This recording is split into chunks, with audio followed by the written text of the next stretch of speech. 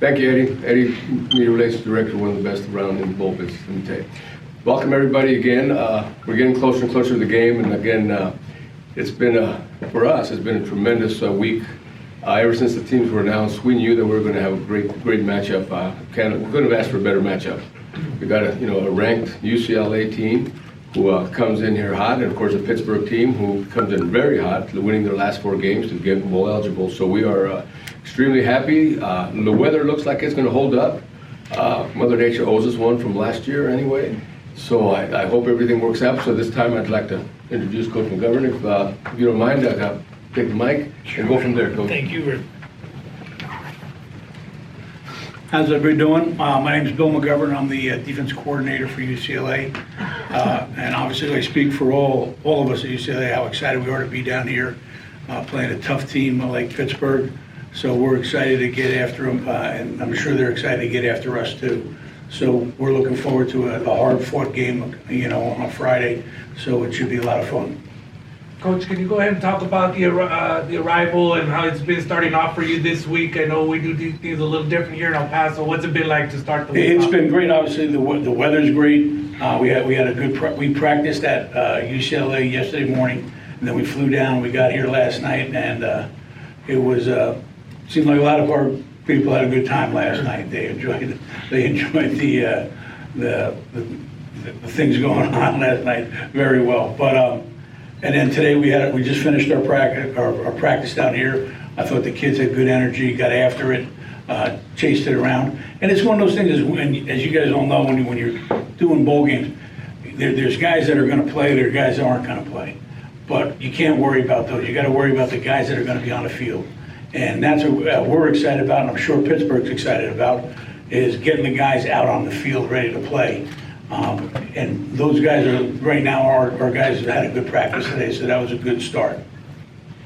Speaking of, how do you prepare for a team? Do you not know what you're going to get with Pitt in terms of all their opt-outs, and how do you kind of prepare for that? Well, I think you kind of look at their history and what they've done. Frank Signetti is their offensive coordinator. I worked with Frank at the Giants. We were together there. But you basically go back, you look through the things. I don't think anybody's going to go and drastically change a lot of things, in a week or two. You're trying to find out what your young guys are capable of. And that's really what you're looking at. Like when people come to a bowl game and some people decide to opt out, it gives other people opportunity. And that's what we're looking for from our guys, and I'm sure that's what Pittsburgh is looking for from their guys, is they're going to get an opportunity to prove themselves on the field. Have Dorian available for the game? It's a lot for UCLA. Finish with the quarterback, starting quarterback all the season. With DTR. Yeah. Yeah, DTR, obviously he's been great. He had a tremendous year. We're looking forward to him, playing in the game. He's excited about it. He's been running around. He was throwing passes today. Yeah, everything. But we're excited to have him back out on the field again one more time. Coach, first of all, welcome back. It's been a while since seeing you. Good to see you again. Thank you. Can you, it's no secret you've been away, can you talk about what happened in the road to recovery and coming back? I had some health problems. I'm not going to talk about any of my health problems. It was something we dealt with as a family, and it's been good, but I'm not going to talk about any health problems. I'm thrilled to be back, and honestly, one of the things that gave me the most energy was being back around the kids and being back in the offices and working and trying to game plan and do all those things. I thought it was really exciting just to be out with the guys running around, doing everything, and we're talking about different things, different ways. But I can't thank the people with all the support I got from it. But it was something that it's something that happens, and we moved along. What was it like watching games when you couldn't be part of it? How hard was that? Not good. Not good. When you coach for 37 years and you all of a sudden you can't you think you have a headset on at home, but you don't. You just might be yelling at somebody in your house rather than somebody on the other end of the line. But it was everything's been good, and I'm very thankful for the support that I got. So do you expect to be back next season as well? Absolutely. Absolutely. Sir, I always wanted to ask somebody with authority. I don't like it. What do you think about the transfer portal? It's a I'm not mess. gonna get into this was my first year dealing with that. I took the job with UCLA last spring. And it's all been the first time of me dealing with the transfer portal, dealing with recruiting, doing all that. And it's one of those things, I think, when this is all settles down and the dust settles, people have got to talk. People have got to kind of communicate and try to see, where do we go from here? I don't think anybody has the answers. There's a lot of gray lines right now that are out there. And I think that's one of the things that we've just got to try to, as an organization, as coaches, as the NCAA, we're going to have to try to basically figure out some things and, put some things in place that'll kind of keep things held together. What did you think of the job Clancy and the other assistants did while you were? I thought they did a phenomenal job in the sense that the biggest thing is the guys were playing hard in the fourth quarter. They were chasing the ball around, they were making some plays. But I can't say enough about the job. And I mentioned it as we talked early in the year. We said, we had on defense, we had a bunch of guys who have either been coordinators, will be coordinators, or are coordinators. And all those guys kind of came into play as the season progressed there. Is there a team you've played so far this season that you could say their style on offense kind of mirrors what you're going to see from Pitt? No, I think you got to kind of combine a couple of teams because Pitt does a really good job. They're well coached, they're tough, they're physical, but they also got skill that goes down the field well. So they're a good team. They're a physical team in terms of running the ball, but they're also a team that's very talented throwing the ball. And their wideouts can go get the ball up in the air. What are some other challenges that Pitt does well that you guys got to combat? Well, I think all along that line, like they do a good job of mixing and matching. Like they're going to run the football, okay, so then you want to load up on the run, but really then they can drop back and throw the ball. They can run the mid-range, like routes on you. But they've got a couple of deep threats that can get you deep, and they've got good ball skills so they can go get it. So those guys are guys that, create problems from you from time to time. You try to make them a little bit one-dimensional, but they do a nice job. They're very well coached, and they'll play hard.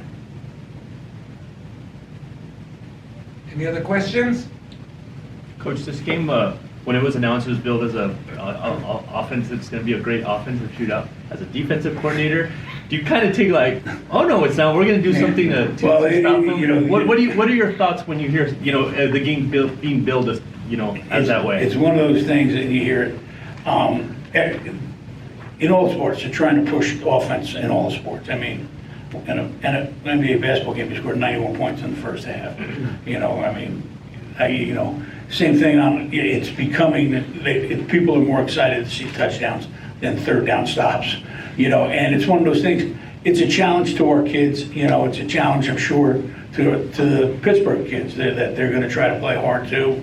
Everybody wants to play well on defense, and I think that's what makes it such a great team game. Because not only, people got to score offensively, but we have to make stops on defense, and special teams have to show up too. And that's really what, to me, makes football really the ultimate team sport, because you're using 11, there's 22 on for offense, there's 22 on for defense, there's 22 on for special teams, and they're all competing against one another. So I think that's what makes it pretty special when you get those opportunities. It's a win. I don't care if you win 45-42 or you win 3-2, it's a win. And that's one of the most important things, is the guys stick together, they keep playing, and that goes back to what you talked about with Clancy and Kenny and the rest of and Brian, all the guys.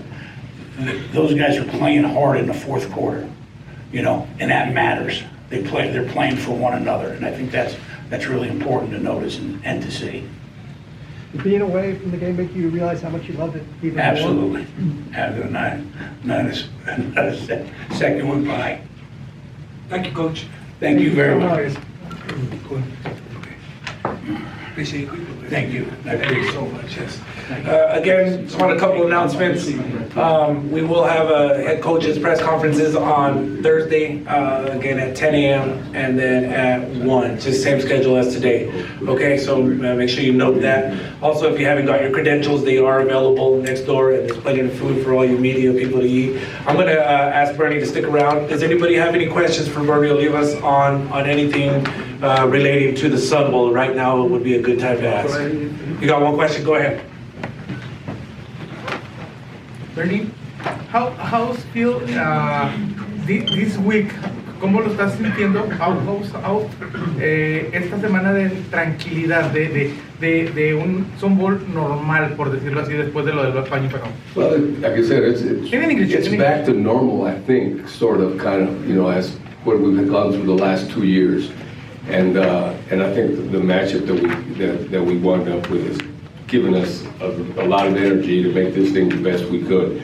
Looks like the weather's going to hold up. Both schools, both coaches are awesome to deal with. It's been a pleasure to do the normal things that we used to do back before 20. So we're looking forward to it, looking for a great game. Like Coach says, we always everybody wants a lot of points scored. That's what people come to see. And hope they do, but like I said, if it's 14-13, last time Pittsburgh was here, heck, we'll take that too. As long as it comes down to the last play of the game, that's what we want to see. And of course, that's up to them, but I think our people, our staff, all our volunteers have done a tremendous job to get this game ready to go as smoothly as possible. And so far, I haven't heard any complaints. I've only been here for a couple of days, but I haven't heard any complaints. And our job is to be hospitable to our people, and that's what we do. That's what we're known for. And I think, you know, had a great story with Coach Golding. I thought that was awesome. You know, what happened with Coach Golding, bringing a couple three he never met. So, a lot of good stories. I don't know, I think there's another great story that I think hopefully somebody picks up on that. You know, Ed Stansbury, graduate of Urban High School, played for UCLA, played in the Sun Bowl in 01, I think. And now you got Billy Davis, Urban graduate, played for Pittsburgh, and won a Super Bowl with Dallas. I think I've talked to both of them. Hopefully I can get them on the field somehow and recognize them, but I think that's a pretty good story too. We got two former El Pasoans playing on two that who played on the teams that are playing the Sun Bowl, so hopefully win. You know, one played in the Sun Bowl, one played in the Super Bowl. I think it's a lot of great stories. A lot of great stories, and that always happens at our bowl games. Always great stories. Beginning with Coach Golding and, you know, all those people, I think it's going to be great. I think it's going to be great. Primeramente felicitarlo por este gran encuentro, Bernie, que van a tener, y preguntarle si nos puede hablar sobre el cambio que hubo de la batalla de las bandas a Fort Bliss, porque había gente que tenía duda y no sabe de...